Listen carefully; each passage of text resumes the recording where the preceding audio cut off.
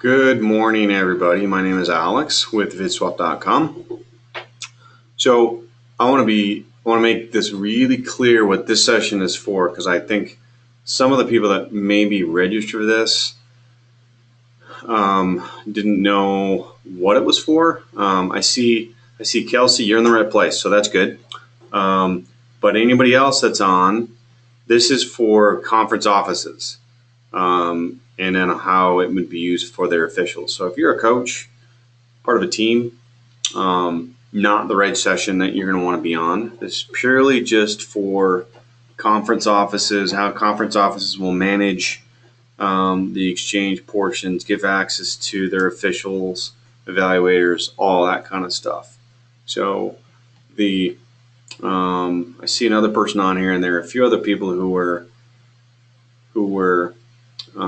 registered that I'm not sure if they're actually coaches or if they're part of the conference. So, but what I am going to do is actually, Kelsey, I'm going to unmute you, so that way then we can have some dialogue because it's just you. There's not really ever that many conference offices on these, anyways. We usually have everybody kind of covered, but I'm gonna unmute you. So go ahead and enter a pin in there, Kelsey. That way, then we can have some back and forth dialogue as I kind of take you through some of this for you guys, so you kind of understand it a little bit better.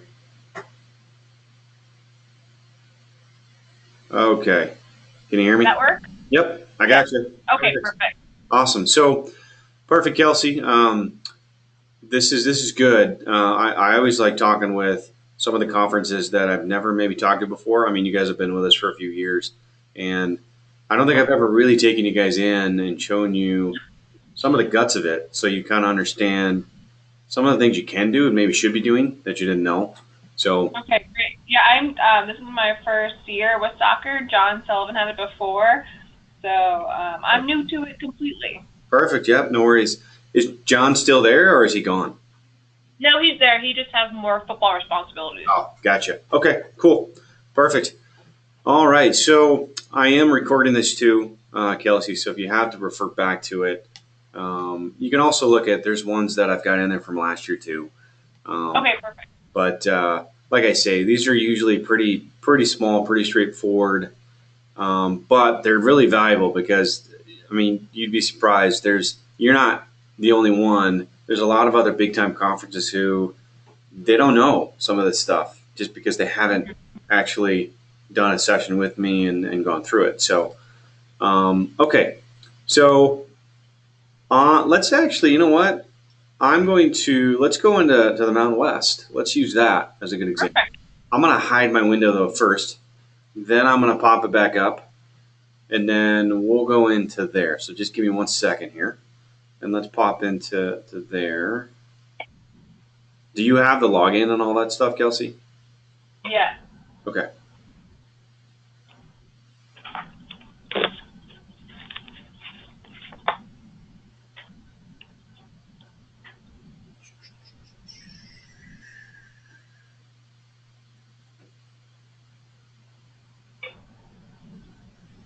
Okay. 1 second.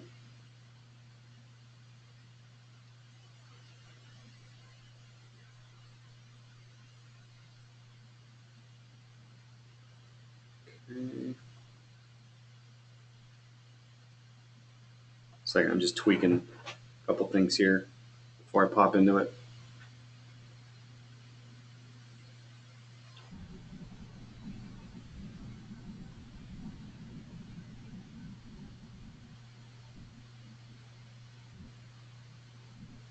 Okay. All right. Okay, so my screen's back up, right? Yep. Okay, perfect. So when you log in, Kelsey, let's just talk quickly about what the dashboard is, what you have here, because some of the stuff you're going to use, some of it you're not going to even worry about. Because The reality is that most of what you're seeing is designed more for the teams and the coaches to use, right? And then you guys kind of piggyback off of some of the stuff and use it for the when you need to use it. So on your dashboard, you'll see a bunch of apps here. The videos area is an area that you don't need to worry about. For the coaches, they'll use that to upload like private stuff. So they'll upload private videos, maybe non-conference stuff or whatever is not being shared with everybody, they can put into their private area. So for you guys, not really usable. You don't really need to do anything with it. You've got the schedule. This is where the meat and potatoes, this is where everything is. So when you go into the schedule, you've got the all the 2016, 15, this upcoming schedule, all that stuff is right in there. Okay.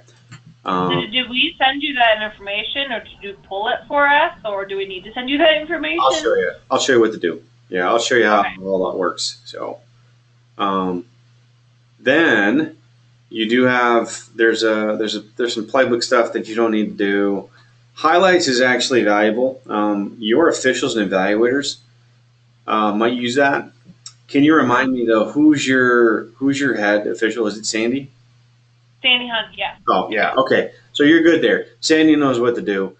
Sandy, Sandy works with she does it. She does the Pac-12. You guys, the Big West, I believe, maybe even a few others. I give Sandy her own account that she has access to all the conferences in her account that she oversees. So she has her own one that she uses because of her her use case. So. But highlights normally can be used to pull clips out and make, highlights. All right, here's like an official or an evaluator might say, all right, here's 20 plays that I saw from this weekend that we need to be aware of or things that we need to learn from, right? Okay, so I'll be able to see that whenever she creates highlights for the Mountain West. She has her own account that she does it in. Okay. So she could share it. She could certainly share it to you, and then you could add it into your highlights, right? Or however she chooses to share it, she might just create a link and send it out to everybody. Okay. So there's a few different ways that she can do it, but for you guys, you might need to consider how you want to treat your evaluators, right? I'll use the Pac-12 as a good example. So in the Pac-12, what Sandy does with them is she puts all the evaluators in the roster. So this roster area is where you're giving access to people. So this is an area that I know you guys haven't done anything with. So you need to go into here and give access to your evaluators and the crews and the referees, right? So in the roster now, there's 3 types. There's an athlete, there's a coach, and there's a guest. Okay. For you guys, you could use this one of 2 ways. Most people will just put they'll just create one guest account and they give that out to all the officials. Okay. Hey, you guys want to access all the video and the games and stuff? Here's the Mountain West officials login. Okay. So that's the simplest, easy way to give access to those people.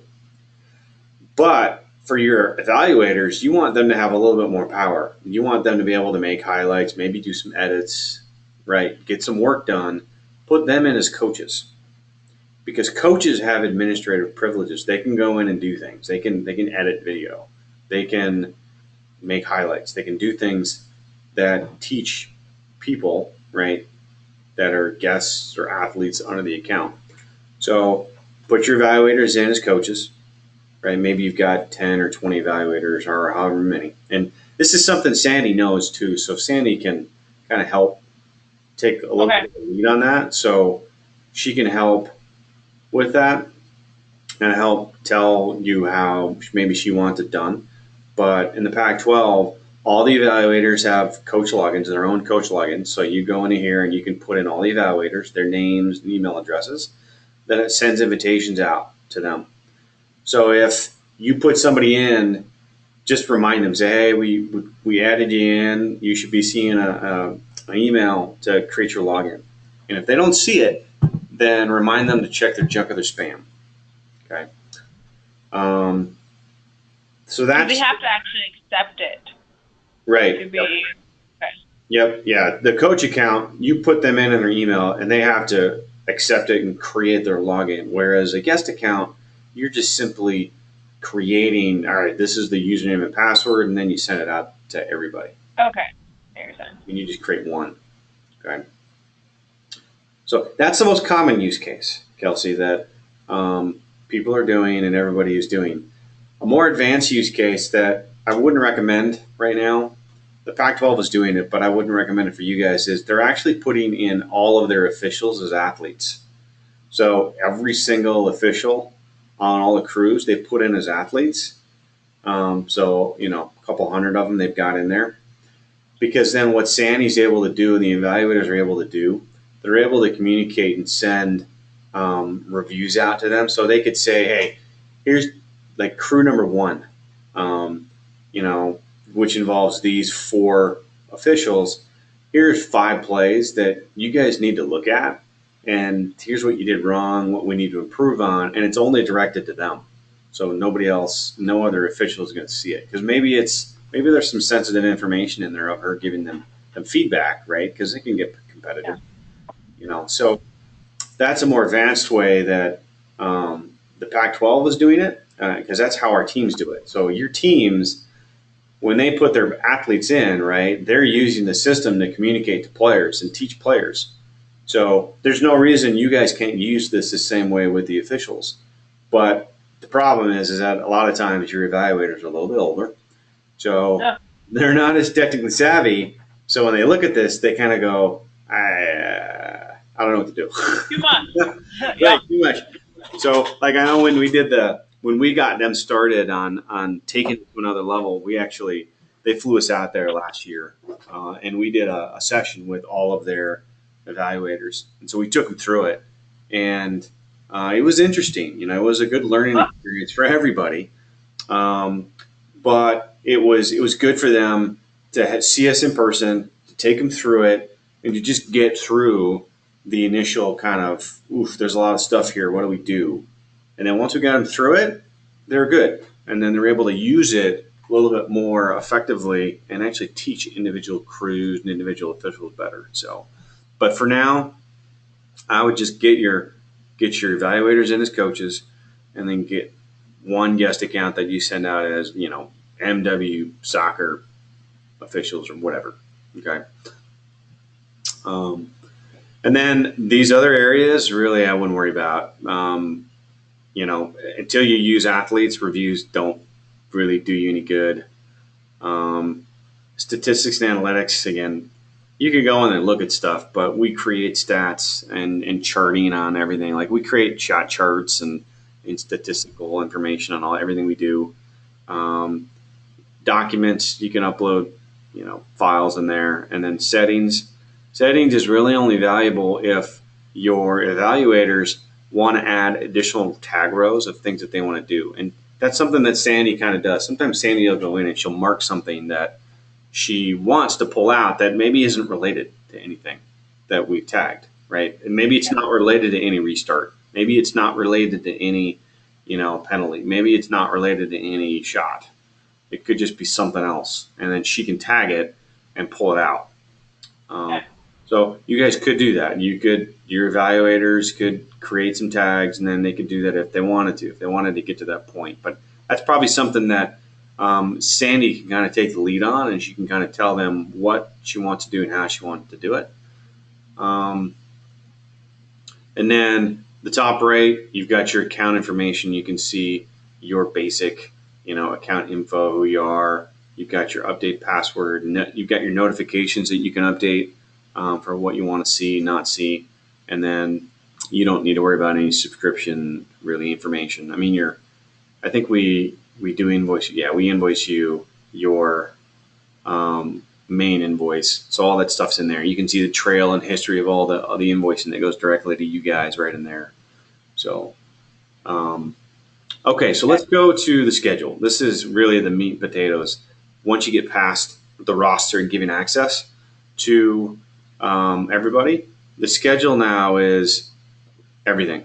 Um, so on your new 2017 schedule here, what you have is an admin panel. This admin panel is where you can go in and then start designating the schedule events if you want to. Okay. In the past, I don't know if you guys have been entering that stuff in or not. I don't know if they were. So what you can do though is you can start going in and putting these in. This isn't something that we do for you guys. So in the past, what I think your teams have been doing is they've just been entering them in as they go. So as they've been playing each week, they can add the event and upload. So like on a Friday night, Wyoming plays, he goes in and he just adds the event and uploads it, right? That's kind of what everybody's been doing. And fortunately, it's not really been a problem because everybody uses the system with all the analysis that we do that nobody really takes advantage of it and waits 3 days to upload. Like you don't need to do that, right? But if you guys want to, you can start entering in these ahead of time. And what that does, Kelsey, is it then keeps everybody accountable. So let's say Wyoming doesn't upload their game, then they get locked out until they get it uploaded. So this is that mechanism that can keep them accountable. If it is a problem, I don't think it's a problem. But if it was a problem, then I know just from what I've heard is sometimes they do not upload it in time, so then they get pretty much called out via email. So, okay. Yeah. So if we can add it to that's nice because they'll just lock them out.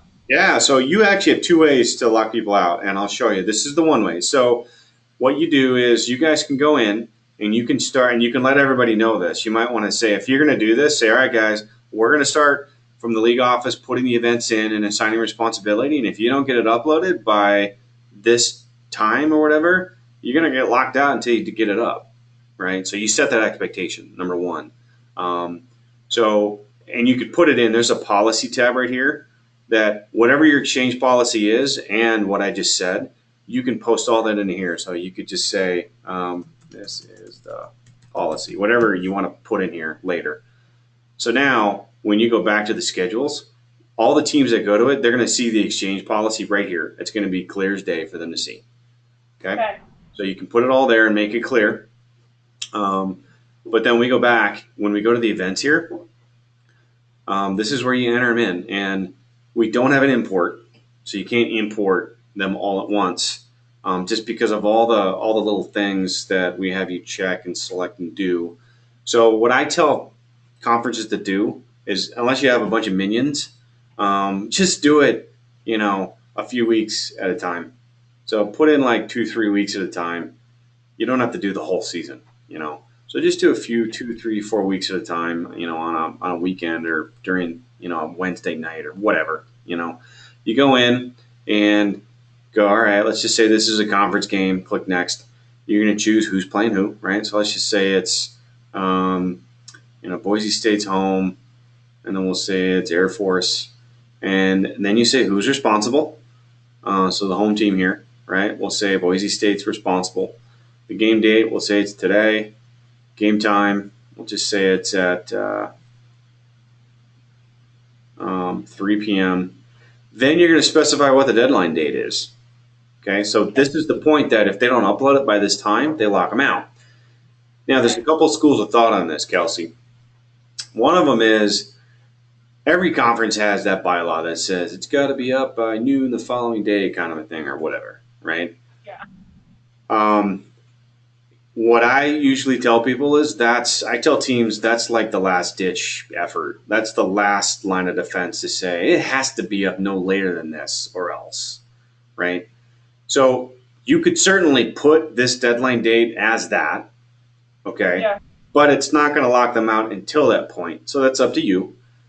What I usually tell people is, unless your bylaws specifically state something and you want to be and it's a problem, I just tell people put the deadline date as the exact same date and the exact same time as the game, honestly.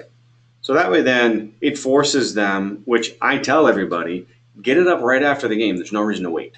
Absolutely no reason to wait at all. So this way, then they get in and they get it up right away. So then there's no playing with it. There's no delaying it because most of these teams, they're going in, they are getting it up right after the game is being played, because then my guys go in and we break it all down. Right? They go in, they chop the game up into pieces.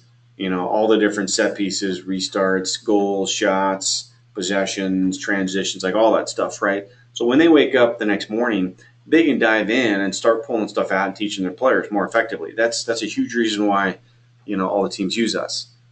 So by waiting, then they push their schedule back 12 to 24 hours, which doesn't do them any good. So nobody waits, right? Unless there's a technical issue, or maybe there's one team that's trying to be difficult, right? Yeah. There's now, I just want to make sure. So, in this case with Boise State and Air Force, so let's say it's 6 o'clock that night, and Boise State hasn't uploaded, so they are locked out. Is Air Force locked out as well, or is it just Boise State? Just Boise State. It's just who's responsible. Okay, I just want to make sure. Yep. Whoever's responsible is that's the only team that gets locked out, because they're the only team, right, that has the motivation to either do it or not do it, because it's their job. So they're the only one locked out. And once 3 o'clock hits, they're going to log in. They're going to go to the schedule, and if they wanted to try to watch video, they wouldn't be able to get past this upload of, you have to upload this game. Either upload it or you can't do anything. Okay.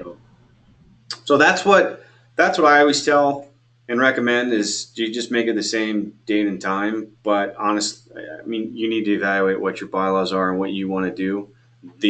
The other way is you make this deadline date that date and time of whatever it is in the bylaw. I mean, that's okay. I kind of like the same date and time, because then it forces them to get it done and uploaded, and then hopefully it causes less emails and phone calls to Absolutely. me or Cindy. If people don't upload it, then now we know. Yeah, that's exactly what it does. It completely eliminates any of that other crap you got to deal with, right? Yeah. But then there is a second line of defense here. So let's say you do that, which I hope you do. Then you have that second, all right, well, it can't be past noon the following day, guys, or else, right? Everybody has that. So your last line of defense, Kelsey, is on your members tab right here. You have a list of all the teams. There's a checkbox next to them. Boise State doesn't do their job. Guess what, guys? You violated the rule. You didn't do this, or maybe it was some other rule. I'm going to take away your access. I'm going to uncheck you. So now I've taken away Boise State's access to anything until I decide to give it back to them. Okay.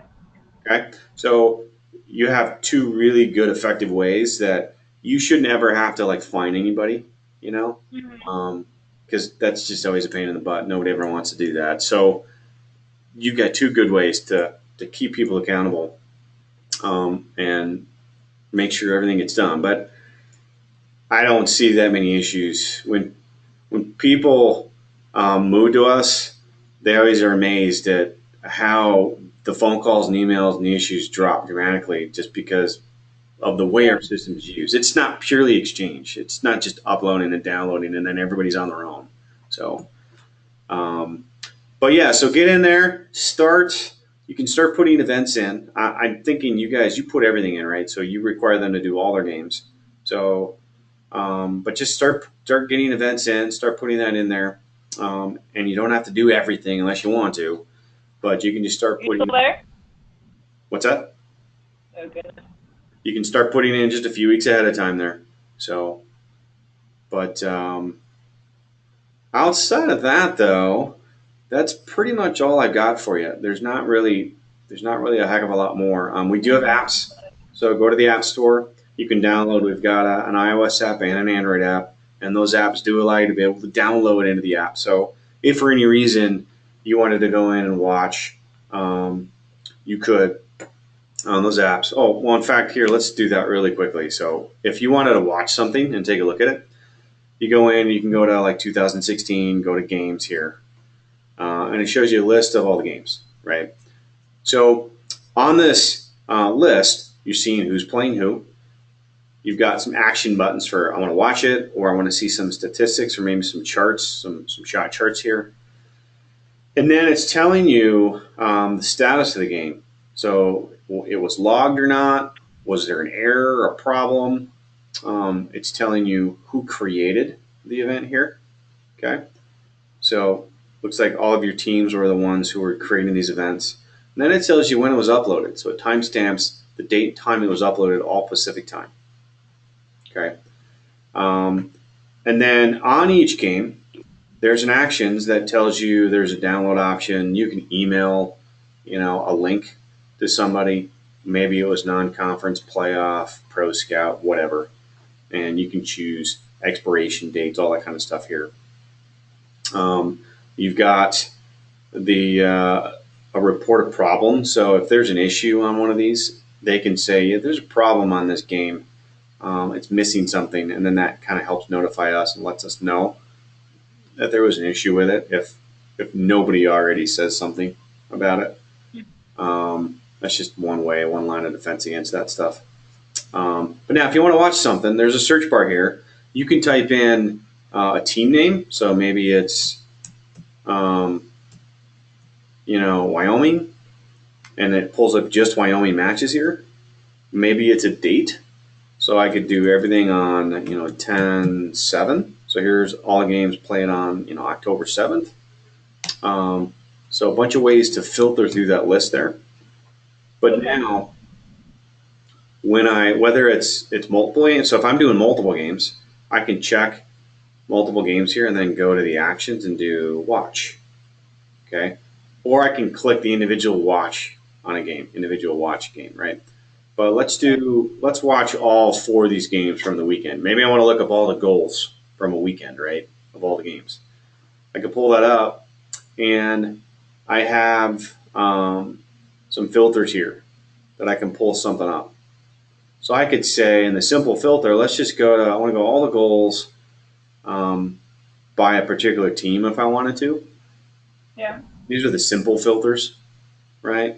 Or I could go to the advanced filter and just say, I want to go to shot and pull up all the goals, period. Click apply. Bam. Now here's all 13 goals that I can now watch across all 4 of those games and across all the weekend. And it's going to show me all of them. It's going to just cycle through each goal. Okay. You got your playback controls, play pause, slow motion, next play, previous play. You've got full screen here, so I can pop into full screen. You've got other filters you can pick on here too.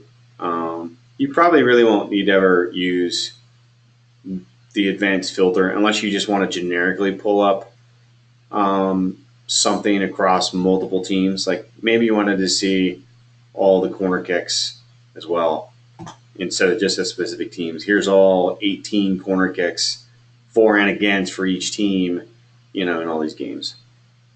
So, but we tag all the basic team data in all these games. So you can pull up anything regarding a period, a possession by a team, a transition by a team, any restart by a team. So by team, free kick, corners, throw-in, penalty kicks, kickoffs, goal kicks, where the ball is on the field. So if the ball is in the final third, defensive third, all the shot situations by team, by result, goal, save, wide, block, own goals. And then we do all the fouls. So we do tag all the fouls, the cards, advantages. So if you wanted to, over a weekend, and this is where your officials and your evaluators can say, all right, yeah, let's pull up all the, let's just click all the fouls. And here are all 69 fouls that happen throughout the game, all these games, right? And we can watch those. So that's another huge advantage here that you guys probably didn't know is you can easily go in and filter for any foul, any card situation, any advantage situation that you need to. Okay. So very simple, very easy there.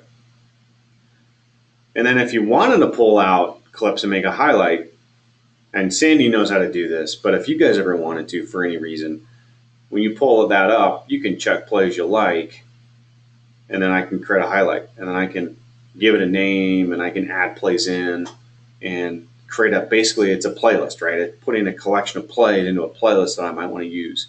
And then maybe I want to share it with somebody or use it for something. So, but, so for the most part, I mean, that's pretty simple. It's as simple as you guys are really going to use it. So go in there and you can start to kind of play around with, pulling some filters up, watching some different things in the matches here from last year. And then get in there and start getting your schedule events in, if that's what you guys want to use. Get your policy updated. So go into the schedule here again and go to your admin panel right here. And then you can update your event schedules. You can update your policy, copy and paste that stuff in there if you need to update it or add some verbiage to it. So, but other than that, Kelsey, do you have any questions, any thoughts, comments, concerns, anything at all? No, it's all good. I'm glad I came to this webinar because I was like, I don't know anything about BidSwap. Yeah, no worries. See, you're not alone. There's a lot of other conferences that sometimes they just haven't done this either, and then they see it and they go, "Wow, I didn't know we could do all that." So yeah. But perfect. Well, if you ever have any issues or questions, Kelsey, there is a help bubble on the bottom right here. Click into that. You can ask a question, and if you don't find the answer, you can live chat with one of my support reps. So you could say, "I need training," and if you don't find an answer, you could live chat with one of my guys. Okay. Or there is on the contact us page, there's the support number, the email. Okay, so that goes right into our ticketing system, and then documentation that takes you right to the help area here that you can look up all of our help stuff right here. So you can go into training and say, all right, I need to watch that again. So I go to conference office officials, and you can watch these videos again if you had to. But I would go ahead and remind all the coaches about the training if they haven't already seen it or tried it. Remind everybody what the policy is, what you guys are going to do. Oh, and another thing too, Kelsey. I've been mentioning this to everybody, but we do have a live video CRS system, and so I don't know. There's not a lot of soccer conferences who are actually doing CRS yet. In fact, I think the only one that I know of that actually is maybe going to do anything is the Big Ten. But the Pac-12 uses us. They're not doing anything yet. I did a demo with them last month.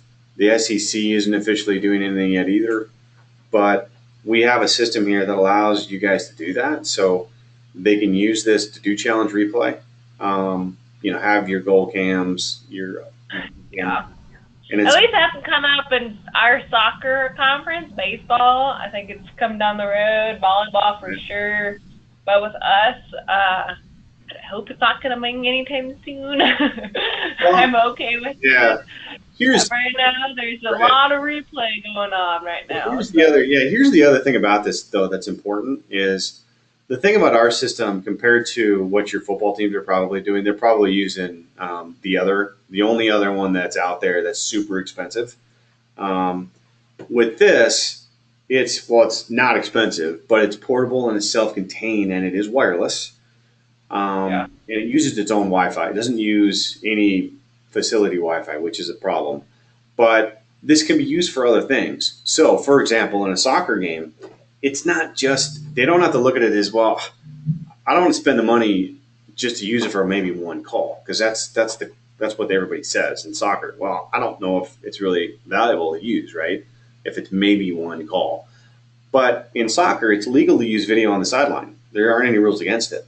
So the coaches can use this system to actually teach their players and make adjustments during the game. So it's a system that isn't purely just for challenge replay to use once a game. The coaches can be using this the whole game, and they can be using it at halftime with the iPads on the sideline. So they can be doing their own things with it, and they can use it during practice too. Right? Volleyball, obviously, it's not legal yet to use video on the bench, but I know it gets voted on. It's gotten voted on the past 2 years, and it's just been voted down. But I'm guessing that now that the CRS rule is approved, that they will allow it on the bench probably next year. But have your volleyball coaches, are they doing something or not? They're doing video replay, but they're using kind of like the system that they already have, like a football and basketball kind of thing. Yeah, sure.